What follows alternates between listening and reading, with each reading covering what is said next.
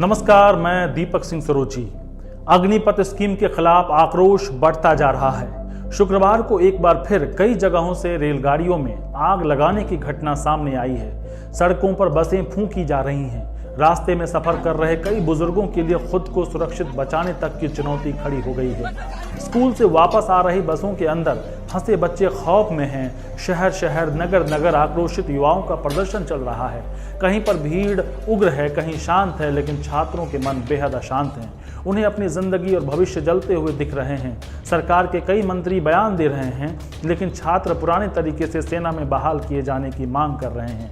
आज मैं नहीं बोलूंगा, ये तस्वीरें देखिए, छात्रों के बयान सुनिए और तय कीजिए कि जब सभी नेता और ट्वीट करने वाले महानुभाव अपने एसी कमरे में बैठकर कौन सही और कौन गलत का निर्णय ले रहे थे, तो ये छात्र इतनी भीषण गर्मी में सड़कों पर उपद्रवी क्यों बने हुए थे। अगर 4 साल हम लोग नौकरी करते हैं तो उसके बाद हम लोग कहाँ जाएंगे, कहाँ खटेंगे। हम लोग का इतना बैकग्राउंड नहीं घर का परिवार का है कि हम लोग 4 साल नौकरी करने के बाद हम लोग ये करेंगे, कंपनी में जॉब करेंगे, मेरे बाप माता पिता के सर्विस संभालेंगे, ये करेंगे। 4 साल के बाद हम लोग बेघर हो जाएंगे। तो इसके लिए अभी क्या किया आप लोग? इसके लिए हम लोग रोड जाम किए हैं। इससे पता चलेगा देश के नेताओं को कि हाँ, लोग जागरूक है। 4 साल के लिए फिजिकल करके 4 साल की नौकरी करें, 21,000 सैलरी पर आप ही जॉब कराते हैं। आपका 2 लाख रुपया सैलरी मिल रहा है, 3 लाख रुपया एगो मंत्री को, उनका पेंशन कटिए, उनका पैसा कटिए। जिस देश का सेना सुरक्षित नहीं है, जिस देश का युवा सुरक्षित नहीं, वो देश क्या भाड़ में जाएगा। ये लोग तो ऑलरेडी पहले के सब इनको क्या पता कि मेहनत क्या होता है। मेहनत देखना है तो सुबह गांव के फील्ड में जाइए, वहाँ समझ में आएगा कि युवा कैसे मेहनत करता है। एगो मिडिल क्लास के माँ बाप कितने उम्मीद लेके एक बच्चे को पढ़ा के फौज में कितना मेहनत से भेजते हैं। अपना खून पसीने का कमाई लगा के वो लोग फौज में भेजने का सपना देखते हैं। इन लोग का जो मर्जी वो कानून बना देगा। देश किसी के बाप का नहीं है। जितना अधिकार इन मोदी का है, जोगी का जिसका भी है, उससे अधिकार हमें है और हम इस देश के हैं। अगर हमारा युवा का बात कोई ना सुनेगा तो हमारा आंदोलन जारी रहेगा। अगर हम फौज में नहीं गए तो उसके लिए मरना शहीद रहेगी। मंजूर है, हम मरेंगे। दिल्ली तक जाएंगे, जान दे देंगे अगर नहीं पहनते तो। जान करेंगे। हम सब यहाँ जिंदा लाश खड़े हुए हैं। हमारे ही दोस्त 62 जो आज तक अब तक जो हमें पता चली है 62 लोगों ने फांसी लगा ली है। अर्थी दो या वर्दी दो। लोग सवाल कर रहे हैं कि यह छात्र उग्र क्यों है। यह तस्वीर देखिए, पिछले 3 सालों से युवा बेरोजगार एसएससी जीडी 2018 की परीक्षा में अपने साथ हुए अन्याय के खिलाफ शांतिपूर्वक तरीके से लड़ रहे हैं। हार मानकर अब यह हाथों में तिरंगा लिए नागपुर से दिल्ली पैदल आ रहे हैं, जिससे कि अपनी बात सरकार से कह सकें। क्या आपको इस बारे में जानकारी थी? क्या यही वजह है कि छात्र अब दंगाई जैसा व्यवहार करने लगे हैं? खबर है कि सासाराम में उपद्रवियों ने पुलिसकर्मी को ही गोली मार दी। गोली पैर में लगी और आर पार हो गई। कई इलाकों में पत्थरबाजी में कई पुलिस वाले घायल हुए हैं, तो कहीं पर छात्रों की पिटाई हुई है। सवाल उठता है कि अगर फौज में सामान्य भर्तियां चलती रहती और अग्निपथ को एक प्रयोग के तौर पर सरकार छोटे स्तर पर लाकर चेक करती, तो भी क्या इतना ही बवाल होता? क्या यह एक अच्छा तरीका नहीं हो सकता था? आखिर क्या वजह है कि केंद्र सरकार द्वारा लाया गया कृषि कानून किसानों को समझ नहीं आया, नोटबंदी अर्थशास्त्रियों को समझ नहीं आया, सीए मुसलमानों को समझ नहीं आया और अब अग्निपथ नौजवानों को समझ नहीं आ रहा है? क्या बीजेपी के पास ग्राउंड लेवल पर उस कद का कोई नेता नहीं है जो अपने अपने इलाकों में युवाओं के पास जाएं और अगर नीति सही है तो समझाएं, अन्यथा उन्हें भरोसा दें कि स्कीम वापस ले ली जाएगी?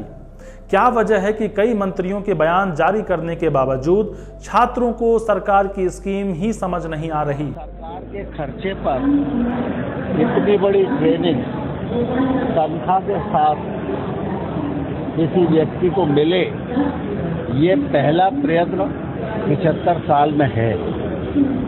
मैं समझता हूँ कि जो हमारे युवा हैं उन सबको इस पूरी स्कीम को समझना चाहिए।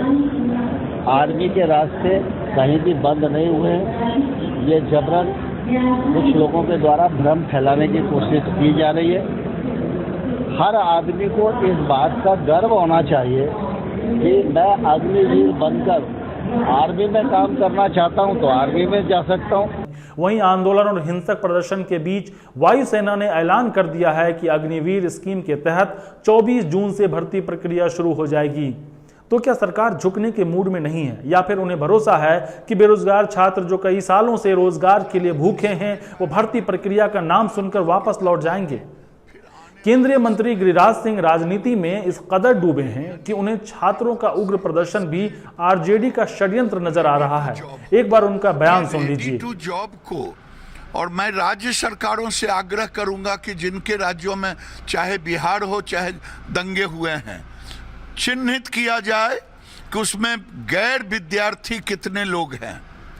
ये राजनीतिक दलों के लोगों ने विद्यार्थियों को ढाल बना करके राष्ट्रीय संपत्ति का जलाने का काम किया। तो जो लोग नहीं समझे हैं वो समझने की कोशिश करें, और जहां आंदोलन हुआ है वहां पहचाने कि गैर विद्यार्थी कौन। बिहार में सबसे ज्यादा हिंसा हो रही है। मैं तो कह दिया कि वहां आरजेडी के गुंडे करा रहे हैं। सवाल उठता है कि आखिर क्या वजह है कि कांग्रेस आरजेडी जैसे दल, जिनका राजनीतिक दखल बीजेपी के मुकाबले कहीं नहीं है, वह युवाओं को भड़का दे रहे हैं, लेकिन बीजेपी जो देश के ज्यादातर हिस्से में है वो इन छात्रों को समझा ही नहीं पा रहे हैं। मैं या हमारा चैनल एडिटर जी किसी भी तरह से छात्रों की हिंसा का समर्थन नहीं करते हैं, लेकिन सरकार को हठ धर्मिता छोड़कर युवाओं की पीड़ा समझनी चाहिए। कम से कम सरकार से गंभीरता की उम्मीद तो की ही जा सकती है। मैंने उग्र छात्रों के लिए शांति की अपील करते हुए एक कवितानुमा संदेश लिखा है। आखिर में उसी संदेश के साथ छोड़े जाता हूं। नमस्कार।